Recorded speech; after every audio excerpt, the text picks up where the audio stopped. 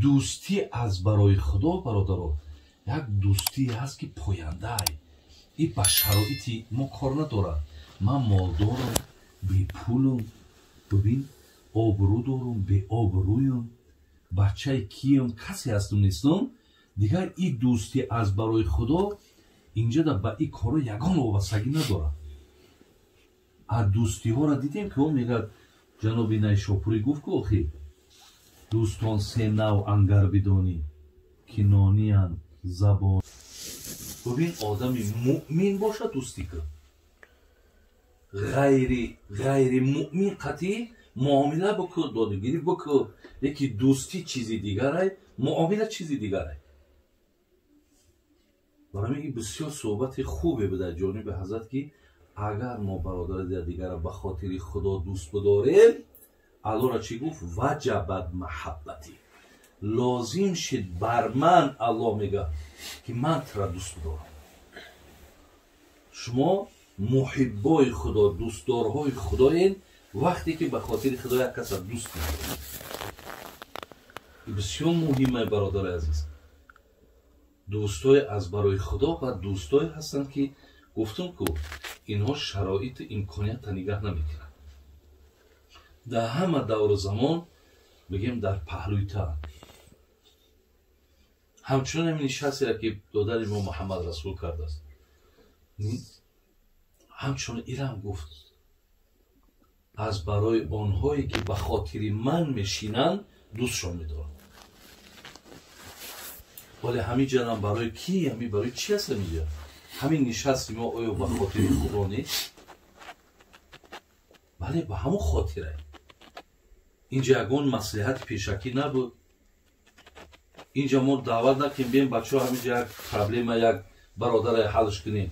اینجا همین آمدیم که سری در سرخان این برادر در بشینیم، ای آب و نانش که گفتیم بهتری عمل از اینو استعمال کنیم و آفریدگار همه این نعمت ها را یاد کنیم. مادام همه گپ کار ما از برای او که باشد، الله میگه دوستان میدارم. الله دوستت بداره برادر عزیز. ایده دیگر نعمت بالا چیه؟ میم سری حدیث سعد ابن ابی وقاص برادر عزیز که گفته اسناد این حدیث صحیح میگن. حضرت گفتن که چهار چیز نشانه خداداری تونه. باید گفت داریم که میگیم بسیار بنده خدا داده. حقیقتا مثال عطای خداوندی در همین 4 چیزه میگن. یعنی اگر حاضر ما برادرها همین 4 چیزی که گفته میشه اگر داشته باشیم، ما انشاءالله با دل پر گفته میتونیم که ما بنده خدا داد بدهیم. انشاءالله نظر رحمت خدا به ما بده. ما از زمره بندگانی شقی بدبختش نه، از زمره بندگانی نیکبخت شیم. یکی از همونها که پیشتر ما برادر در گردی همی صحبت میکردیم، این المرأة صالحه. هرگاهی که برادرها در نکاحتون اگر زن صالحه داشته باشید، من همین 4 چیزی را که اولی میگم میگذارم، بعد در بعضی محفل ها هم رو تکرارم کردگی بودیم. برادرای بدن که از همین یکیش ندارن. یعنی همین 4 چیز در بسیاری از برادرایی که خیلی بچه های خوب بودن میفتن حاجی بابا هم یک تش نیست و نامش هم میگرفتن. یعنی یکی از همونها برادرای عزیز این چی بده است؟ هرگاهی که اگر ما زنی صالحه داشته باشیم. شما مفهوم زنی صالحه را میفهمید نه؟ زنی صالحه چیه؟ او بعضی برادرها میگن ای بچه ها عمل صالح را زیاد کنی، که نمیگه عمل صالح چیه. لیکن مفهوم زنی صالحه، معنای زنی صالحه چیه؟ یک زنی که برادران عزیز و گرامی در قلبش ترسی الله دارد. ببینید، یعنی یک زنی هست که خالقش هم میشناسد، رازقش هم میشناسد و با موافق فرموده همو الله مهربان وقتی قدمش میگذاره حیات چه روز گذرانی میکنه، میگن این زن صالحه. در هر یک کارش مقصد چیکار میکنه؟ پیش از انجامش میبینه که مبادای همین کار آیا فرموده الله یا منشیدگی است، او را میبینه و بعد انجامش میده. لیکن من میگم برادرها که میگه هر کی را خانه آباد و همخوابه دوست، خدا را به رحمت نظر سوی اوست. شیخ سعدی میگه اگر کدامی همخوابه همخیلی داشته باشی، تو برادر عزیز گفتی همین مردمای خدمت که تا کتاب بیاس مونده پرتو که صغیره خود داد بده. اگر همین را داشته باشی، میگه خدا را به رحمت نظر سوی توست. اگر همخوابت همین خیلی آدم باشه، الله به نظر رحمتش ترا نگاه میکنه. یعنی ای حساب زنی خوب، نظر رحمت الله در تو میشود. من یک قصه خواندم برادرای عزیز، اکی این چیزا دیگر الله دانایه که دیگر خیلی ممکنه یا مقصد مرا گمانم ناخوبه یا گمانم بده، یا ممکن هم خیلی هم هست اکی انشاءالله، لیکن خیلی به فکرم کمه. یک نفر جناب رباح قیسی میگن، یک قصه میگذره. رباح قیسی الله را همیشه سپاسگزاری میکرد که اگر چنده که از دنیامو از امکانیتم اگر چنده که به من کمم رسیده باشد، لیکن بر من زنی خوب داده الله. ولی بی برادرای عزیز، آدمی هست که همه شرایط امکانیت داره، یکی زنی خوب نداره. بگیم تمامی همو کت کود، تمامی همو مثال بگیم امکانیت و شرایطش همه دغدغه و دبدبش، مادامی همین زن که زنی خوب نباشه هیچ کیفیت برده نمیتونه، هیچ راحت نمیبینه. برای همین برادرای عزیز و گرامی، رباح قیسی میگه الله را بسیار سپاسگزاری میکرد که خدای مهربان ای همین جهت مرا مقصد دست ما پر کردگی. اگر رباح قیسی چخیلی زن داشت، میگه وقتی که برادرای عزیز قسمت آخر شب نشیده، زنش می آمده است نزد رباح قیسی دو میفته است که مردک از حدیث پیامبر گرامی آیا بیخبر موندی یا فراموش کردی که پیامبر گرامی گفته است که هر کسی که اگر نماز تهجد میخواند، نماز تهجد چه میخواند، او را نزد دروازه ملائکه ها، نزد دروازه جنت ملائکه هایی هست که او را استقبال میگیرند. آدمای نماز شبخانه او را استقبال میگیرند، او بسیار میهمان های گرامی هستند و اونها را نمیمانند که حتی مثال قدم زنند، میگه بالای دستاشون آدمای نماز تهجد خانه میگیرند میبرند. آیا پیامبر گرامی، آیا ای رباح از این حدیث پیامبر به خبر مونده؟ میگه اگر چند رباح قیسی نماز شبخوان بود، لیکن خانومش میگه بیدارش میکرد. میگه وقتی که شاید حضرت رباح هم روزها مشغول کار بودن، خیلی انسان مرد آخی اگر میگه یکی اگر دیری میکرد یک چوب هم میگه میگرفت میامده نزد شد، میگو رباح بخیر برای عبادت نماز شب با امو الهی که ما تو را آفریده است، همین دنیا با مثال همین یک چوب پیش خداوند قدر نداره، هیچ قدر نداره. چیزی از ما میماند همین است که از ما دور کد نماز مثال با سوی الله مهربان خونیم، عبادت همه کده پشت نماز در حق پدر و مادر و در حق این زن دعا میکرد.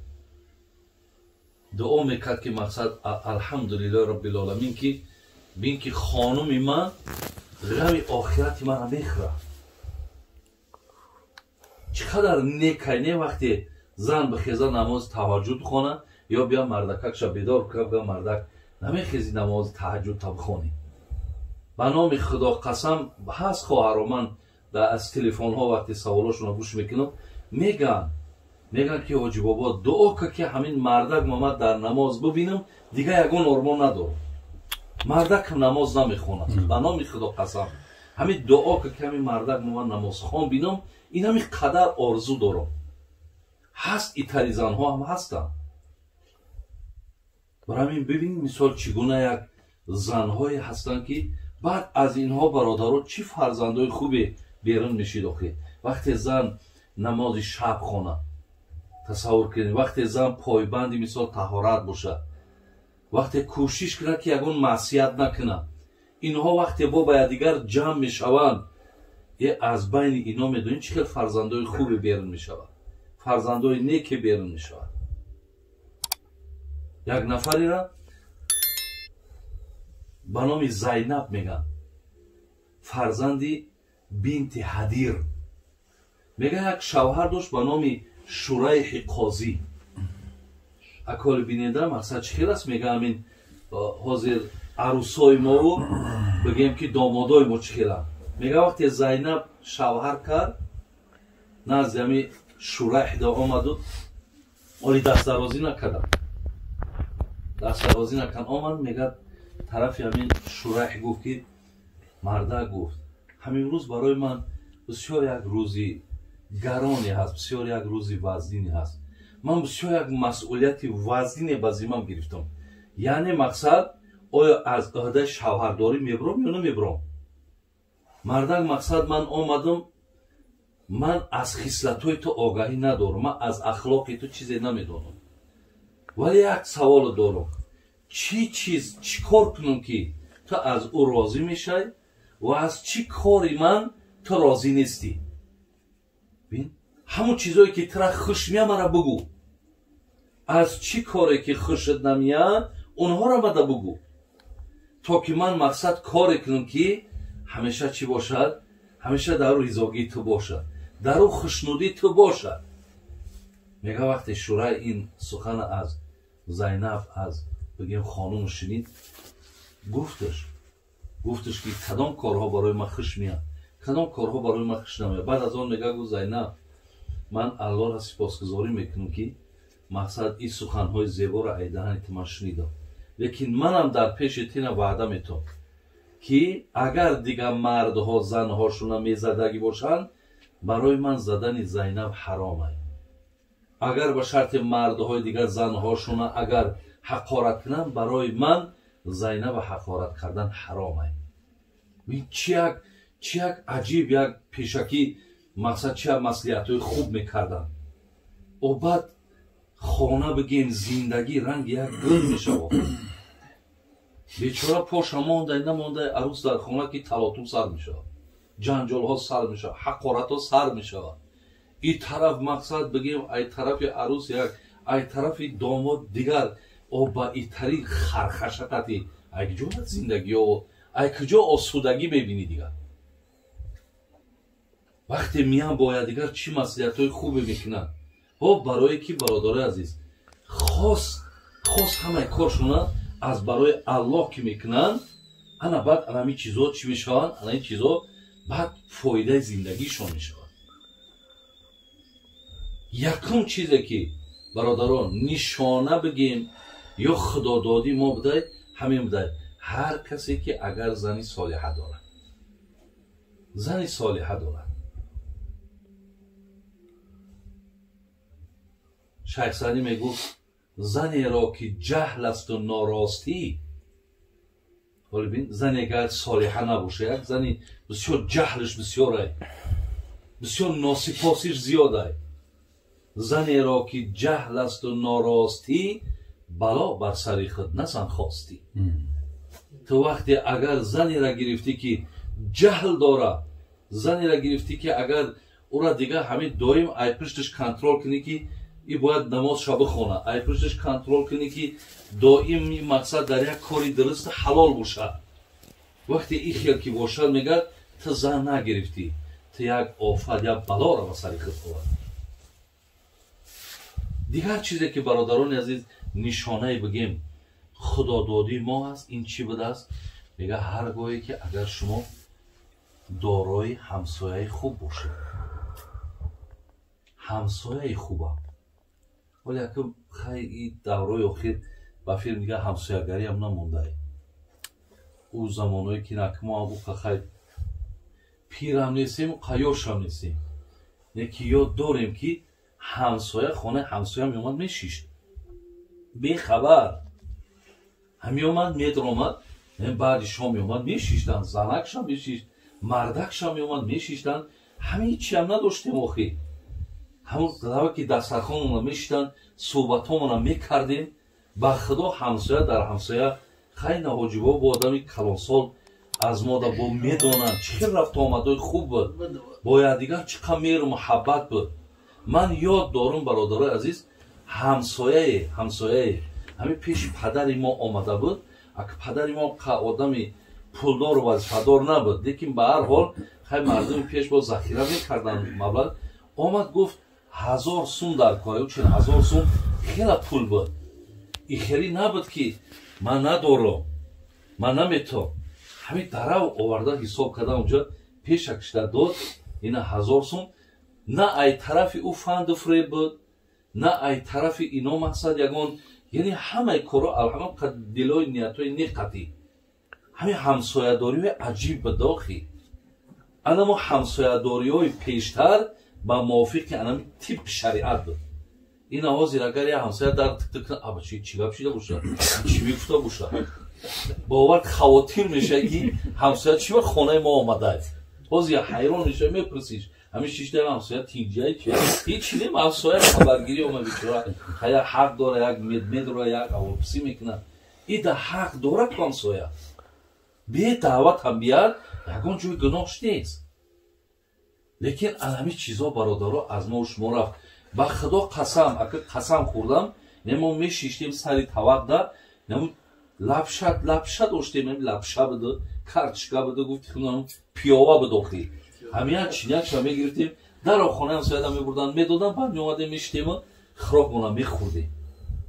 пайғамбармон ҳазрати абизарра чӣ гуфт? гуфт ё абизар иза табахта марақатан фааксир моаҳо ва таоҳад ҷиронака. ин абизарра чӣ гуфт? абизар гуфт вақте и келин гуфт ҳамин хӯрок карданда ки машғул шид, обша бугӯ зиёд кунад ва ҳамсояҳоро ҳатман фуромӯш накун. бибин оба зиёд кунад, ҳамсояро фуромӯш накун. пайғамбар қасам метавад валлоҳи ла юъмин, валлоҳи ла юъмин, валлоҳи ла юъмин. 3 бор имон надорад, имон надорад, имон надорад. пила ман ё расулаллоҳи, ҳазрат ки аст одаме ки имон надорад? аллази ла яъман ҷаруҳу бавоиқа. имом муслим ҳадиса меорад, мегӯяд ки аст одаме ки имон надорад? он касе ки, он ҳамсояе ки ҳамсоя аз ӯ доим азият мекашад, доим аз ҳама ҳамсояш тарсонай. вақте аз ҳамсоя тарсонай, доим аз ҳамсояш хавотирай, анамон нафар пайғамбар гӯ эмон надорад. оли ҳазрати абдулло ибни муборака ҳикоя мекунанд, мега вақте ки ҳамсоя дошт як яҳудӣ ҳамсоя абдулло ибни муборака. мега вақте ки хонаша фурӯхтанӣ шид, хонаша фурӯшӣ шид, омадан хонакша тамошо кардан. хай баъд гуфтанд чанд мегӯй хоната? яҳудиро гуфтанд. гуфт ки мақсад ба пули имрӯза бигем. гуфт $2000. гуфт охир хонаи тра ба тамоми асбоб анҷомаш $1000 меравад, и $2000 намеравад. гуфт нархи хуб кардӣ, гуфт дуруст, лекин ман ҳамсояи хуб дорам, абдулло ибни муборак. $1000 дигаш тани ӯ ай. и 1000-ш агар хона бошаву асбоб боша, 1000 дига абдулло ибни муборак меарзад. ببین با یک یهودی از مسلمانی که همسایه‌داری خوب داره نرخ خانه‌شو برابر یک همسایه نرخ موندگی. ولی ما ای بعضی مسلمانای خودمون میگریزیم میگیم اینجا نمیشه مسلمان خودمونه نه که در پهلوش زندگی کنه میتونه. برای همین دویم نشانه ای که برادر عزیز نشانه خدا دادی ما این چی است؟ این همسایه خوبه. همسایه خوب داشتن نشانه خیر ما و شما. میگه سیم چیزی که نشانه خیر ما و شما هست چند روایت ها هست برادرها، لیکن یکیش از این است که میگه فرزند خوب داشتن، فرزندای صالح داشتن، فرزندای خوب داشتن. البته فرزند خوب هر کسی که داره شاید که برادر عزیز اون قدر این چیزا احساس نکنه که کسی فرزندی گنده داره او کس بعد میفهمه که بله خداوند اگر بتمره همین فرزند ما صالح کنه، فرزند ما خوب کنه، برای فرزند صالح هم بین یکی از نشانهای خدا دادید فرزند صالح داشتنه. چهارم چیزی را که حضرت گفتن نشانه سعادت شما خیر شما است همنشینی خوب داشتن. همنشین های خوبم این بسیار نقش مهم می‌بازد. همین همنشین هم دیدین که شما یکی از سبب های بدین بدیانت رفتنی فرزند حضرت نوح علیه السلام همنشین اینا خوب بود. بچه یک پیغمبر اولوالعزم ای دنیا بدین میگذره به سببی که همنشین هاش تاثیرشون رسوندن. خاندان پیامبر حتی تصور کنید که خاندان پیامبر نفرش ای دنیا بدین کردن. برای همین این چهار چیزی هست برادرها، اگر هر کسی از ما ایرا داشته باشد یعنی انشاءالله از زمره بندگان خدا داده، از زمره بندگانی نیک خدا هست که الله از این چهار چیز برخوردار شد. حقیقتا این چهار چیز فکر کنین آسودگی دنیا و آخرتتون هم میاد. اگر همین چهار چیز در کدومی باشه با خدا بیغمی دیگه. زنی خوب داری، ببین همسایه خوب داری، همنشینی خوب داری، فرزندی خوب داری، یک چیزایی هستن که همین گردی تر یک فضای بهترین فرا گرفتگیه که همیشه بگیم دیگه رنگینم یک هوای تازه نفس میکشی. هم دنیا تا آباد کردگی هم آخرت تا آباده. خدای مهربان از این نعمتاش ما و شما را برخوردار کنه. الله مهربان هر کدامش که بر ما باشد شکری او را میکنیم که خدای مهربان او را پاینده در ما نگاه بدارد. هر کدامش که در ما نیست دعا کنیم که خداوند از این نعمتاش ما و شما را برخوردار کنه تا ما هم در زمره همون بندگان داخل شیم که از موافق حدیث همچه یک بنده خدا داد به حساب بریم. بازم احسان ها و خیرها را خدای مهربان قبول کنه و قدم های همه شما در الله مهربان حسنات نویسه. بازم میل مونه، محبت مونه، خواهش مونه با بسوی دین خدا زیاد گردانه. آمین یا